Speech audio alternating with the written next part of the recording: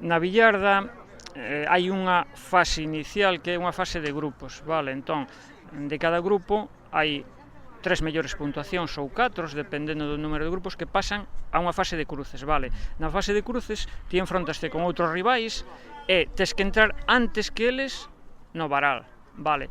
Se as dúas persoas ou tres entran no mesmo golpe, teñen que ir a un golpe de desempate. Ese golpe de desempate é golpeas a billarda desde a saída e tes que acercala ou metela por o varal, o máximo máis cerca do varal ou entrar, vale? Neste desempate deixe que golpeei eu e avanzou 4 ou 5 metros, non máis, non? Golpeou o meu compañeiro Daniel e quedou a billarda paralela, mais para saber cal estaba máis cerca da entrada do varal, habería que medir cun cordel desde esa billarda hasta o fondo do varal, vale? Ou que o árbitro decida cal das dúas está máis cerca. Neste caso, non había forma de saber ocularmente cal estaba máis cerca. Entón o árbitro decidiu repetir o golpe. Ese é o procedimento, repítese outra vez o golpe, e no segundo golpe xa unha billarda quedou claramente máis cerca do varal que a outra. Está claro que sobre todo ti, además estaba aí presente, non? Tirabas primeiro, parecía que o teu rival o tiña bastante doado, non? Para gañar. Efectivamente, cando ti tiras despois, sabes o que tes que facer para ganar ou superar esa billarda. Entón, pode ser algo beneficioso, porque depende de ti, mais algo que carga sobre a túa mente, que empeza a pensar, dareille, non lle darei, sucedeu eso. Bueno, estivo, como digo, a cousa emocionante e ao final xa de novo ti conseguías a primeira posición.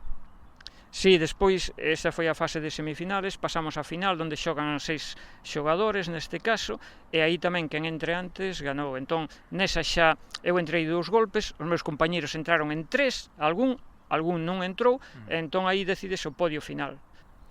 Vindo de Sanxenxo, da capital, onde temos un nivel de billarda extraordinario, pois non hai máis que dicir.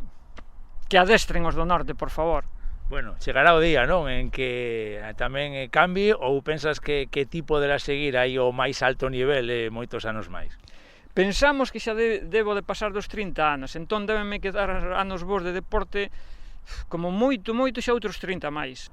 Comentar sobre todo eso, non? Que remata, como xa é habitual aquí en Culleredo, esta tempada, esta derradeira xornada, e bueno, agora imagino que bueno, a descansar, ou aínda hai torneos por diante? Agora falta o remate de temporada, sempre a fase final.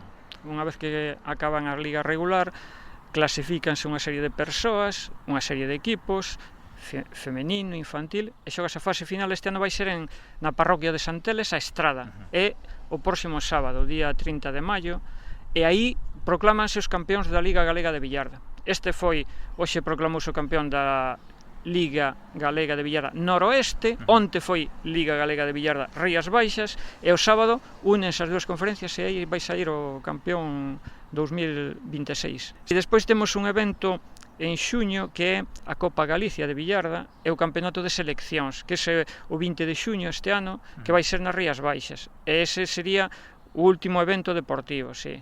Clausura da temporada é estas finais do próximo sábado, e despois é un torneo que se xoga anualmente, que é Copa Galicia e seleccións. E despois a pensar na seguinte, sí.